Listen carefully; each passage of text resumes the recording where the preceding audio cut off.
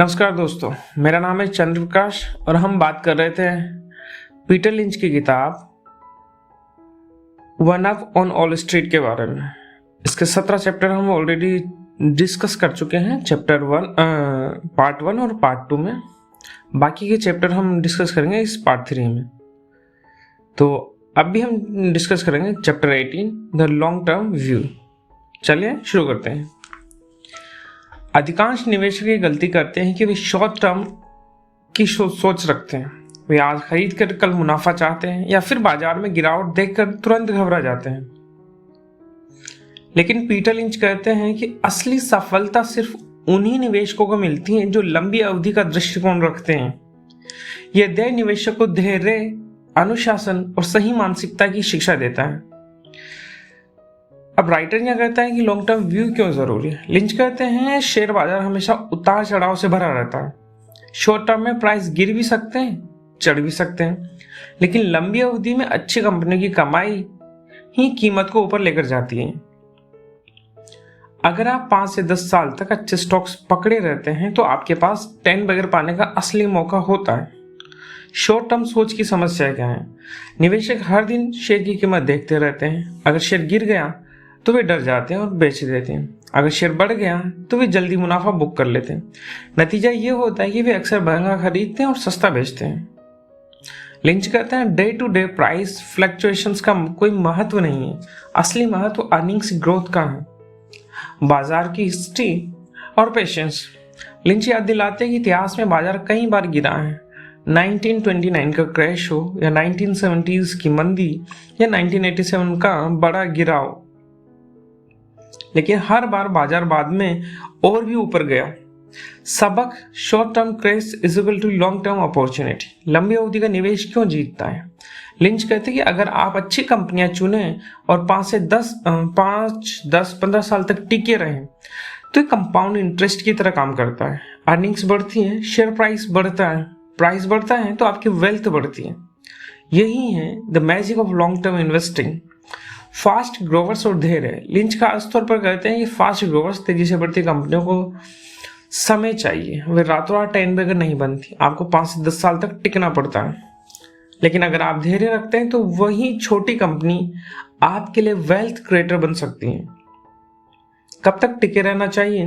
Lynch का नियम सरल है, जब तक कंपनी की कहानी और अर्निंग्स की ग्रोथ मजबूत है टिके रहो। जिससे ही कहानी टूटती है बाहर निकल जाओ, एग्जिट कर लो। यानी लॉन्ग टर्म का मतलब अंधा धैर्य नहीं है, बल्कि तथ्यों पर आधारित धैर्य है।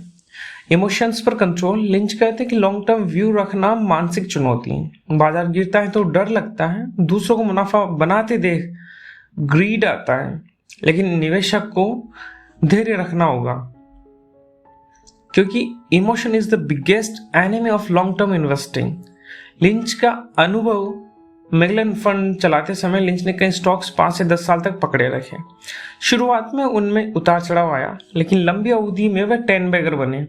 वे कहते हैं कि अगर वे शॉर्ट टर्म डर कर निकल जाते हैं तो कभी इतने बड़े रिटर्न नहीं मिलते। निवेशक के लिए सबक, शॉर्ट टर्म उतार चढ़ाव से मत डरो। अच्छी कंपनियों को लंबे समय तक पकड़े रहो। Long term view wealth creation करता है। धैर्य और अनुशासन सफलता की कुंजी है। कंपनी की कहानी और अर्निंग्स को समय समय पर रीचेक करते रहो। नेक्स्ट चैप्टर है 19।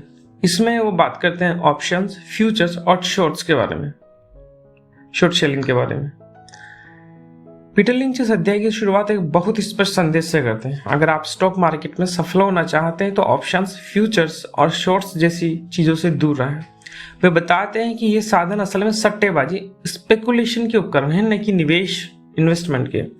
अधिकांश निवेशक इन्हें समझे बिना उनमें कूद पड़ते हैं और बर्बाद हो जाते हैं। ऑप्शंस क्या है?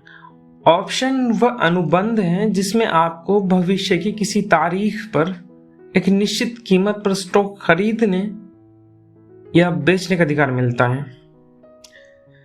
मतलब भविष्य में शेयर खरीदने या बेचने का अधिकार, पर जरूरी नहीं कि करना ही है। 2 तरह के ऑप्शन होते हैं। कॉल ऑप्शन, खरीदने का अधिकार अगर आपको लगता है कि शेयर बढ़ेगा। पुट ऑप्शन, बेचने का अधिकार अगर आपको लगता है कि शेयर गिरेगा। इसको एक उदाहरण से समझते हैं। आप रिलायंस का कॉल ऑप्शन 3,000 रुपये पर खरीदते हैं 100 रुपये के प्रीमियम में। अगर रिलायंस 3200 चला गया तो फायदा, अगर नीचे चला गया तो नुकसान। सिर्फ 100 रुपये का जो आपने प्रीमियम दिया, मतलब रिस्क लिमिटेड है और प्रॉफिट अनलिमिटेड है। अब इसमें समस्या क्या है? ऑप्शंस की अवधि, एक्सपायरी डेट होती है। अगर आपने सही समय पर सही दिशा नहीं पकड़ी तो पूरा पैसा खत्म। लिंच कहती है कि ये टिक टिक करता टाइम बम। फ्यूचर्स क्या है? फ्यूचर एक अनुबंध है जिसमें आप भविष्य की किसी तय तारीख को किसी संपत्ति जैसे स्टॉक, ऑयल, गोल्ड को खरीदने या बेचने का वादा करते हैं। मतलब आज सौदा करो लेकिन खरीद बिक्री भविष्य की तारीख में होगी। इसको एक उदाहरण से समझते हैं। मान लो रिलायंस का शेयर आज 3,000 रुपये का है। आपको लगता है कि एक महीने में ये 32 हो जाएगा, तो आप फ्यूचर्स कॉन्ट्रैक्ट खरीद लेते हैं 3,000 रुपये पर अगले महीने के लिए। अगर वाकई 3200 हो गया तो 200 रुपये का फायदा, अगर गिर गया तो नुकसान। इसमें आपको शेयर तुरंत नहीं खरीदना पड़ता, बस एक कॉन्ट्रैक्ट लेते हैं, लेकिन नुकसान भी उतना ही बड़ा हो सकता है क्योंकि ये लेवरेज उधार पर चलता है। अब इसमें प्रॉब्लम क्या है? इसमें मार्जिन देना पड़ता है। अगर कीमत आपके खिलाफ गई तो आपको भारी नुकसान उठाना पड़ सकता है। फ्यूचर्स भी असल में सट्टेबाजी का साधन है, निवेश नहीं है। शॉर्ट सेलिंग क्या है? शॉर्ट सेलिंग का मतलब है किसी स्टॉक को उधार लेकर ऊंचे दाम पर बेचना और बाद में सस्ते दाम पर खरीद कर वापस करना। समस्या क्या है? देखो, जैसे मान लो कि आपको लगता है कि इन्फोसिस का शेयर 1500 से गिरकर 1400 हो जाएगा। आप आज ही उधार लेकर 1500 रुपये पर बेच देते हैं। जब शेयर 1400 पर आता है आप उसे खरीद कर वापस कर देते हैं, 100 रुपये का फायदा। ये गिरते हुए मार्केट में पैसा कमाने का तरीका है, लेकिन ध्यान रहे अगर शेयर ऊपर चला गया तो नुकसान हो सकता है। आप तीनों को एक कंपैरिजन देखते हैं। कैश मार्केट में शेयर खरीदो, रखो आसान, सीधा प्रॉफिट। फ्यूचर्स में भविष्य का सौदा, बड़ा प्रॉफिट, बड़ा नुकसान। ऑप्शंस, खरीद बेचने का अधिकार, लिमिटेड रिस्क, प्रीमियम लॉस। और शॉर्ट सेलिंग, पहले बेचो बाद में खरीदो, गिरते बाजार में फायदा, शेयर बढ़ा तो नुकसान। अब इसमें शॉर्ट सेलिंग में समस्या क्या है? अगर कीमत नीचे जाने की बजाय ऊपर चली गई तो आपका नुकसान अनंत हो सकता है। फॉर एग्जाम्पल, आपने 100 रुपये शॉर्ट किया, उम्मीद थी 80 पर खरीदेंगे, लेकिन अगर कीमत 200 हो गई तो आपको भारी नुकसान उठाना पड़ेगा। लिंच कहते हैं लॉन्ग टर्म में अच्छे स्टॉक्स ऊपर जाते हैं, इसलिए शॉर्ट करना आत्मघाती है। क्यों खतरनाक है तीनों ऑप्शन? ऑप्शंस सीमित समय, ज्यादा जोखिम। 90% ऑप्शन ट्रेडर्स पैसा खोते हैं। फ्यूचर्स लिवरेज, उधार पर दांव से नुकसान कई गुना हो सकता है। और शॉर्ट्स लॉन्ग टर्म ट्रेंड ऊपर की तरफ होता है, शॉर्ट करने वालों को अंततः हारना पड़ता है।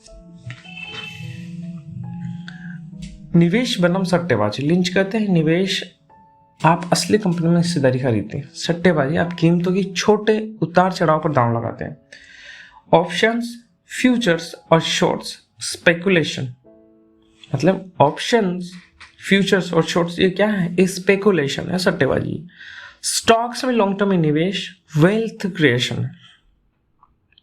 निवेशक की सबसे बड़ी गलती, जल्दी अमीर बनने की चाह में लोग इन साधनों में कूद जाते हैं। वे मानते हैं कि अगर मैं सही टाइमिंग कर लूंगा तो बहुत जल्दी पैसा कमा लूंगा, लेकिन वास्तविकता यह है कि इनमें से ज्यादातर लोग भारी नुकसान उठाते हैं। लिंच का अनुभव, मैगलन फंड में लिंच ने अरबों डॉलर का निवेश संभाला, लेकिन उन्होंने कभी ऑप्शंस, फ्यूचर्स या शॉर्ट्स का सहारा नहीं लिया। उनका पूरा ध्यान सिर्फ अच्छी कंपनियों में लंबे समय तक निवेश पर था। निवेशक के लिए सबक क्या है इस चैप्टर से? ऑप्शंस, फ्यूचर्स और शॉर्ट्स को भूल जाओ, ये निवेश नहीं बल्कि जुआ है। शेयर बाजार से अमीर बनने का रास्ता धैर्य और अच्छी कंपनियों में निवेश है, न कि शॉर्टकट। जल्दी अमीर बनने की चाह ही निवेशक की सबसे बड़ी दुश्मन है। नेक्स्ट चैप्टर है 20। 50,000 फ्रेंच लोग गलत नहीं हो सकते। क्या सच में? ये शीर्षक एक मशहूर कहावत पर आधारित है। मतलब अगर आप बहुत सारे लोग किसी चीज को सही मानते हैं तो वह गलत कैसे हो सकती है? पीटर लिंच कहते हैं कि यही सोच निवेशकों की सबसे बड़ी गलती है। शेयर बाजार में अक्सर भीड़ गलत साबित होती है। भीड़ मानसिकता, हर्ड मेंटेलिटी। जब बहुत सारे लोग किसी स्टॉक में निवेश करते हैं तो वह हॉट स्टॉक बन जाता है। निवेशक सोचते हैं अगर सब खरीद रहे हैं तो मैं भी खरीद लूं। यही भीड़ मानसिकता है। लेकिन लिंच कहते हैं कि अक्सर जब भीड़ किसी स्टॉक में घुसती है तब तक वह पहले ही बहुत महंगा हो चुका होता है। भीड़ क्यों गलत होती है? लिंच बताते हैं कि इसके कुछ कारण हैं, जैसे लालच। लोग जल्दी अमीर बनने की चाह में भीड़ का अनुसरण करते हैं। डर, अगर सब बेच रहे हों तो लोग डर कर बेच देते हैं, चाहे कंपनी मजबूत ही क्यों ना हो। सोचने का आलस, लेजीनेस। रिसर्च करने की बजाय लोग दूसरों की नकल करते हैं। यानी भीड़ का निर्णय भावनाओं पर आधारित होता है, तथ्यों पर नहीं। इसके लिए एक तो हम हिस्टोरिकल एग्जाम्पल देखते हैं। लिंच का उदाहरण देते हैं जहाँ भीड़ गलत साबित हुई। ट्यूलिप बबल, हॉलैंड में 1600 में लाखों लोग ट्यूलिप फूलों की कीमतें चढ़ाने लगे, फिर अचानक सब ध्वस्त हो गया। 1970 का निफ्टी 50 अमेरिका की 50 बड़ी कंपनियों को हमेशा बढ़ने वाली माना गया। लोग अंधाधुंध खरीदते रहे, लेकिन बाद में वे स्टॉक्स बुरी तरह गिरे।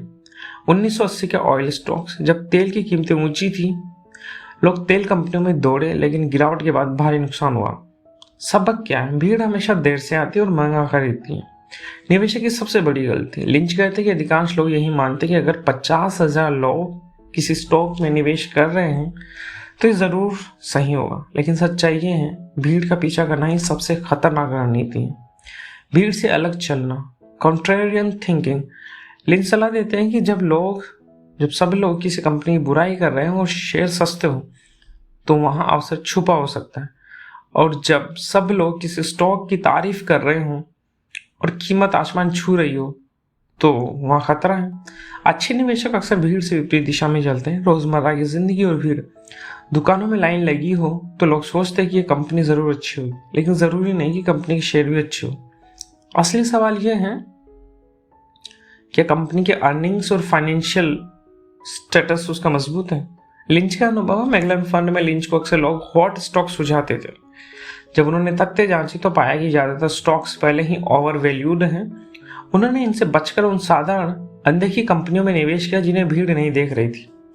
नतीजा वही हुआ, वही 10 बैगर निकले आगे जाके। तो इन्वेस्टर्स चैप्टर से क्या सबक ले सकते हैं? भीड़ का पीछा मत करो, रिसर्च खुद करो और तथ्य पर भरोसा रखो। जब सब बेच रहे हैं तो देखो क्या वहां मौका है। जब सब खरीद रहे हो तो सावधान हो जाओ। भीड़ हमेशा भावनाओं से चलती है, जबकि असली निवेश तर्क से चलता है। नेक्स्ट चैप्टर है 21, सीइंग द साइंस। सिग्नल्स को पहचानो, आइडेंटिफाई करो उन्हें। शेयर बाजार में सफलता का असली राज सिर्फ अच्छे स्टॉक्स खरीदना नहीं, बल्कि ये जानना भी कि किस समय आपको टिके रहना है और किस समय एग्जिट करना है। इसके लिए जरूरी है कि आप कंपनी की प्रगति और उसके बिजनेस मॉडल में आने वाले बदलावों के जो साइन हैं उनको पहचानें। पीटर लिंच कहते हैं कि हर कंपनी अपने भविष्य की झलक छोटे छोटे संकेतों के जरिए देती है।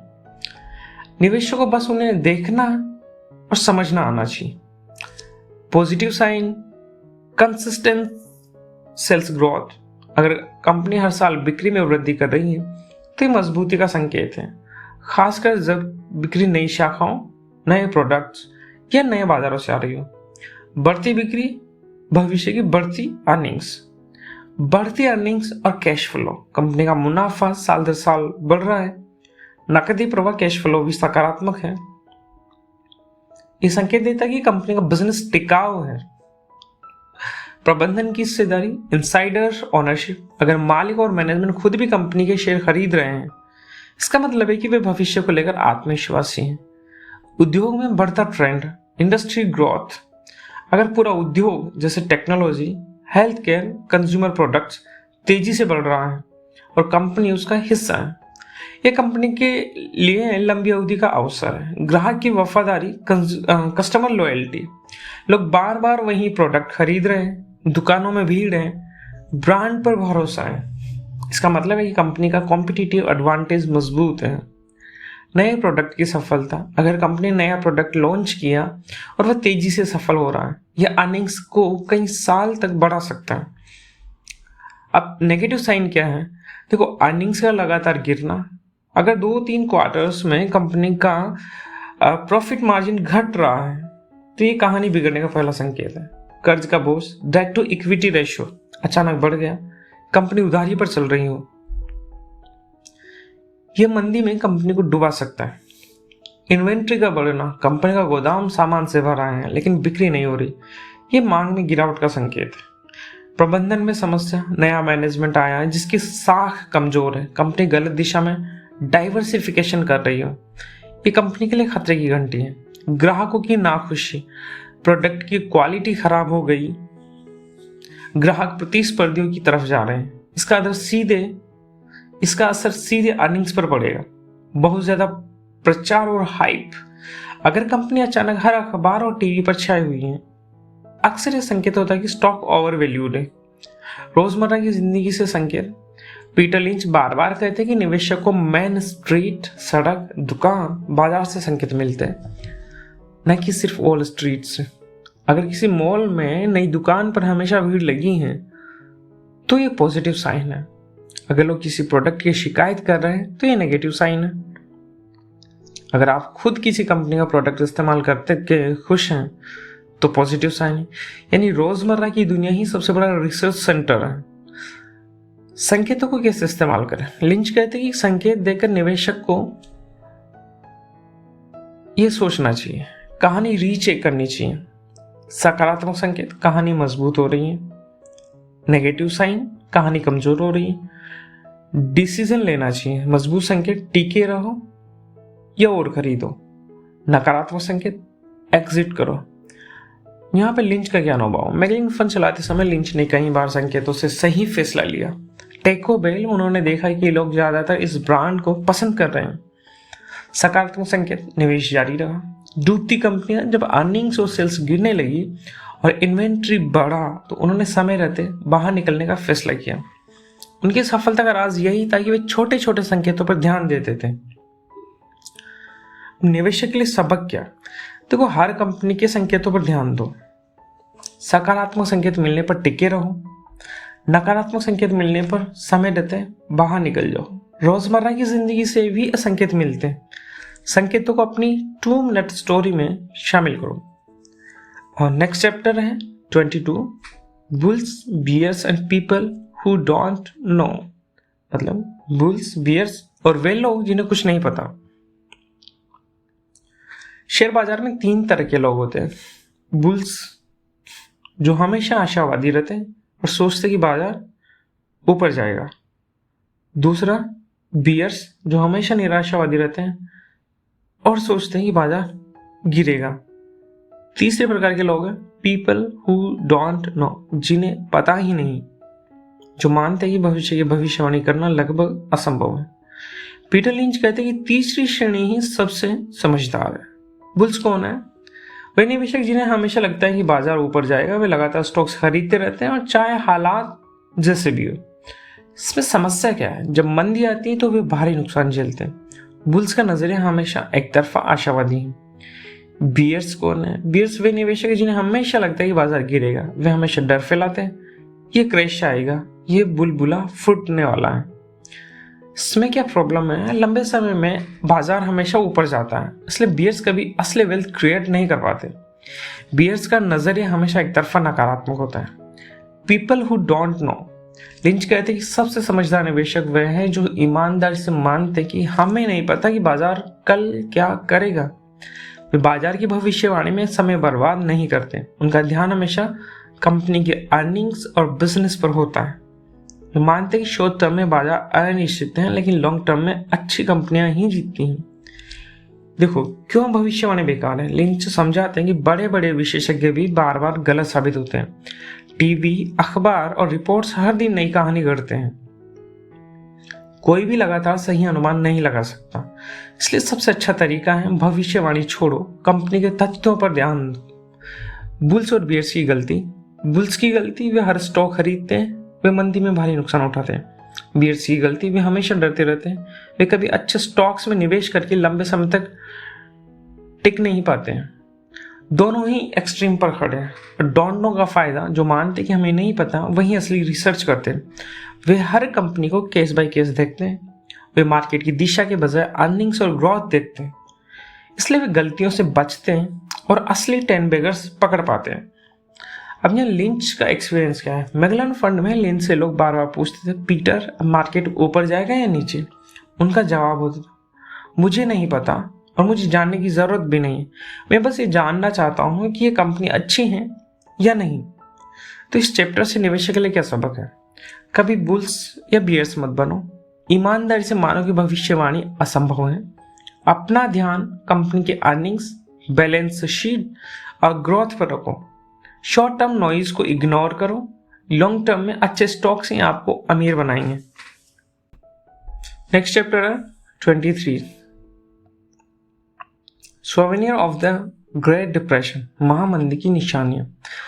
लिंच कहते हैं पुराने निवेश को, खासकर जिन्होंने 1929 और 30 के ग्रेट डिप्रेशन का दौर देखा, कि सोच आज भी शेयर बाजार पर असर डालती है। उन्होंने उस समय इतना बड़ा नुकसान देखा कि उनकी मानसिकता हमेशा डर और सतर्कता से भरी रही। इस अध्याय में लिंच बताते हैं कि कैसे इतिहास की घटनाएं निवेशकों की सोच को दशकों तक प्रभावित करती हैं और क्यों हमें उनसे संतुलित सबक लेना चाहिए। ग्रेट डिप्रेशन 1929 से 39 क्या था? अक्टूबर 1929 में अमेरिकी स्टॉक मार्केट क्रैश हो गया। लाखों निवेशकों की पूंजी मिट गई, बैंक बंद हो गए, बेरोजगारी बढ़ी और पूरी दुनिया आर्थिक संकट में चली गई।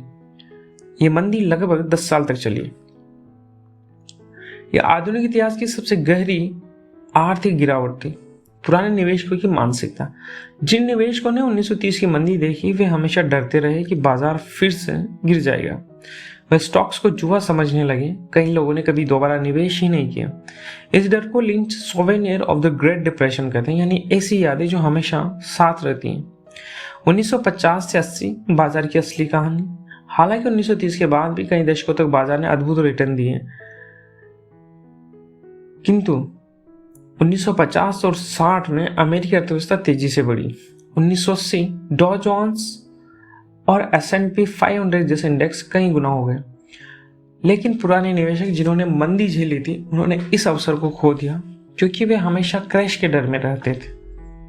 सबक, पिछले अनुभव का डर आपको भविष्य से वंचित कर सकता है। मतलब पिछले अनुभव का डर आपको भविष्य से वंचित कर सकता है। डर और लालच का चक्र। लिंच कहते हैं कि जब बाजार ऊपर जाता है तो नए निवेशक लालची बन जाते हैं। जब बाजार गिरता है तो पुराने निवेशक डर कर बाहर निकल जाते हैं। लेकिन असली निवेशक वही है जो इन दोनों भावनाओं को कंट्रोल करे। इतिहास से गलत सबक लेना। कई लोग मानते हैं बाजार गिरा था तो ये फिर गिरेगा। ये सोच उन्हें लंबे समय तक निवेश करने से रोकती है। लिंच कहते हैं हाँ, क्रैश आते हैं, लेकिन लंबे समय में बाजार हमेशा ऊपर जाता है क्योंकि कंपनियों की अर्निंग्स बढ़ती हैं। फॉर एग्जाम्पल, पुराने और नए निवेशक। पुराने निवेशक डिप्रेशन सोवियर सर्वाइवर्स, हमेशा सतर्क, कभी पूरा भरोसा नहीं, अक्सर मौका खो देते। नए निवेशक जो क्रैश नहीं झेलते, बहुत ज्यादा आशावादी, अक्सर जोखिम भरे स्टॉक्स खरीद लेते हैं। सबसे अच्छा निवेशक वह है जो इन दोनों के बीच संतुलन रखे। सोवेनियर्स का असली मतलब, लिंच कहते हैं कि हर निवेशक अपने जीवन के बड़े क्रैश की सोवेनियर अपने साथ रखता है। जिसने 1929 देखा वह हमेशा डरता रहा। जिसने 70 की गिरावट देखी वह 1980 की तेजी मिस कर गया। जिसने 1987 का क्रैश देखा वह 1990 की बुल रन मिस कर गया। मतलब पुराना डर नया अवसर छीन लेता है। लिंच का अनुभव है मैगलन फंड में। लिंच ने कई निवेशकों से मुलाकात की जिन्होंने कहा, मैं डिप्रेशन से गुजरा हूं, अब मैं कभी स्टॉक्स पर भरोसा नहीं करूंगा। लेकिन लिंच सोचते थे कि अगर इन लोगों ने 1950 और 60 में निवेश किया होता तो वे बहुत अमीर हो सकते थे। तो इस चैप्टर से सबक क्या है? इतिहास से सीख लो, लेकिन उस डर को अपना कैदी मत बनने दो। हाँ, क्रैश आते हैं लेकिन वे हमेशा अस्थायी होते हैं। लंबे समय में स्टॉक्स ही सबसे बेहतर रिटर्न देते हैं। पिछली गलतियों का डर नए अवसरों को मत छीनने दो।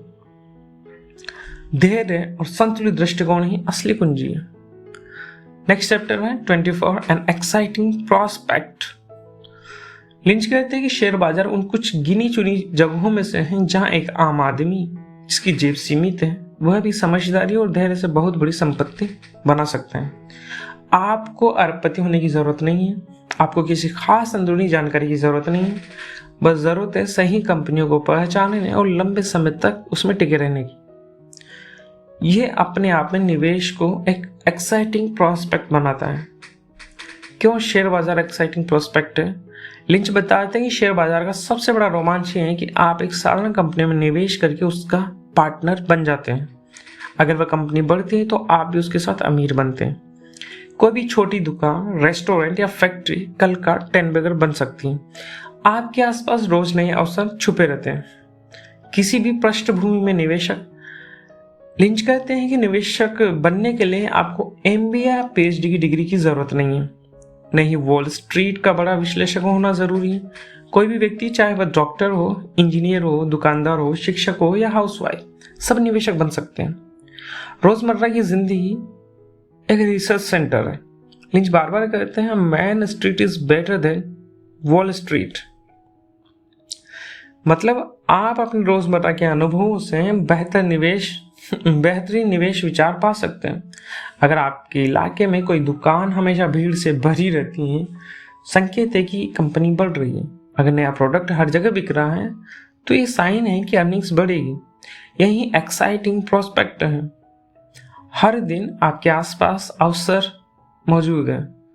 लंबी अवधि का असर लिंच बताते हैं कि शेयर बाजार में लॉन्ग टर्म कंपाउंडिंग का असर अद्भुत है।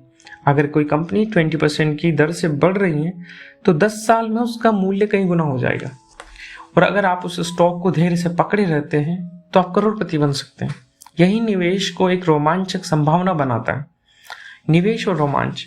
कई लोग सोचते हैं कि निवेश उबाऊ है, लेकिन लिंच कहते हैं कि यह सबसे रोमांचक खेल है, क्योंकि यहाँ आपके पास खुद रिसर्च करने की आज़ादी है।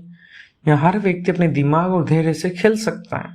सबसे बड़ी बात, यहाँ जीत का इनाम बहुत बड़ा है। जोखिम और चुनौती। लिंच मानते कि निवेश आसान नहीं है। हाँ, इसमें जोखिम है, हाँ इसमें उतार चढ़ाव है, लेकिन यही तो इसे रोमांचक बनाता है। अगर आप धैर्य और अनुशासन रखते हैं तो यही जोखिम आपके लिए अवसर बन सकता है। गलतियों से न डरे। लिंच कहते हर निवेशक गलतियां करता है। मैंने खुद कई बार गलत स्टॉक्स चुने, लेकिन कुछ सही स्टॉक्स ने उन सारी गलती की भरपाई कर दी। यही रोमांच है। आपको बस कुछ बड़े विजेता पकड़ने हैं। तो इस चैप्टर से निवेशक के लिए सबक क्या है? शेयर बाजार एक रोमांचक अवसर है, इसे जुआ मत समझो।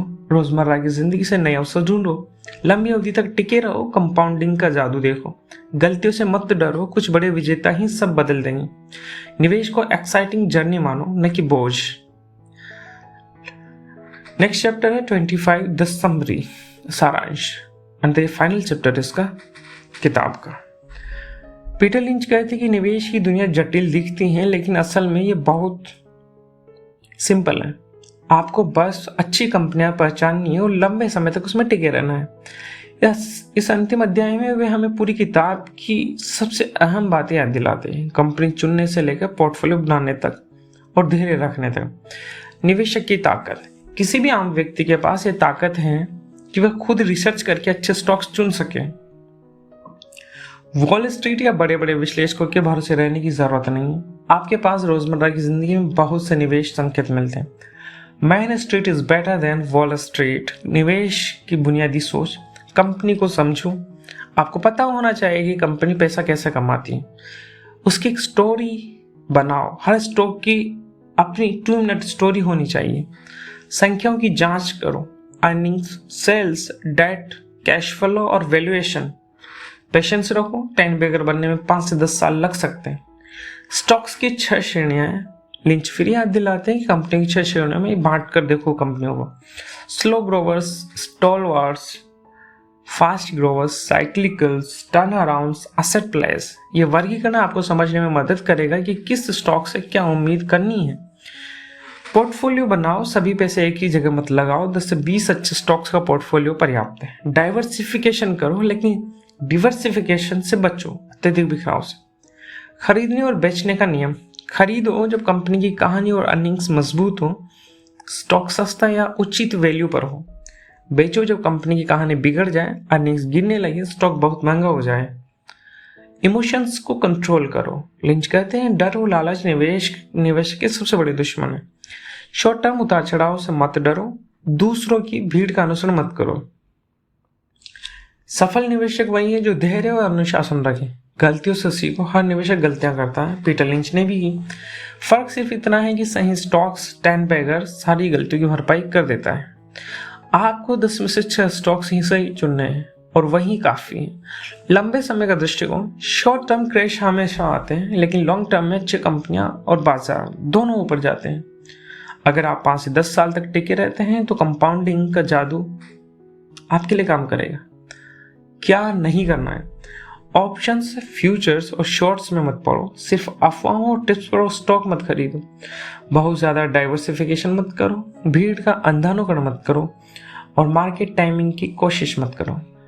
पीटर लिंच यहाँ कुछ गोल्डन फॉर्मूला देते हैं। लिंच पूरी किताब को कुछ बिंदुओं में समेटते हैं। निवेश, कंपनी में हिस्सेदारी लेना, हर कंपनी की कहानी और संख्याएं समझो, रोजमर्रा की जिंदगी से विचार पकड़ो, अच्छी कंपनी को लंबे समय तक पकड़े रहो, पोर्टफोलियो को संतुलित रखो, गलतियों से मत डरो, बस सीखो। धैर्य और अनुशासन सफलता की असली कुंजी है। निवेशक के लिए अंतिम प्रेरणा। लिंच कहते हैं कि स्टॉक मार्केट किसी के लिए भी एक अद्भुत अवसर है। कोई भी सामान्य व्यक्ति अगर रिसर्च और धैर्य रखे तो अमीर बन सकता है। निवेश न केवल पैसा कमाने का साधन है, बल्कि एक रोमांचक और सशक्त अनुभव है। स्टॉक मार्केट उन कुछ जगहों में से एक है जहां साधारण लोग असाधारण सफलता पा सकते हैं। तो गाइस, ये था पीटर लिंच की किताब one up on wall street का पूरा एनालिसिस। हमने इसके जो भी 25 चैप्टर थे, इनको 3 पार्ट में डिवाइड करके डिस्कस किया। Part 1, part 2, part 3। मैं कोशिश करूंगा कि आप इस किताब से ज़्यादा लर्निंग्स लें, और अगर आप शेयर मार्केट में रुचि रखते हैं तो इन लर्निंग्स को आप उसमें इम्प्लीमेंट करें और फिर देखिए शेयर मार्केट का जादू। तो thank you guys, thank you so much.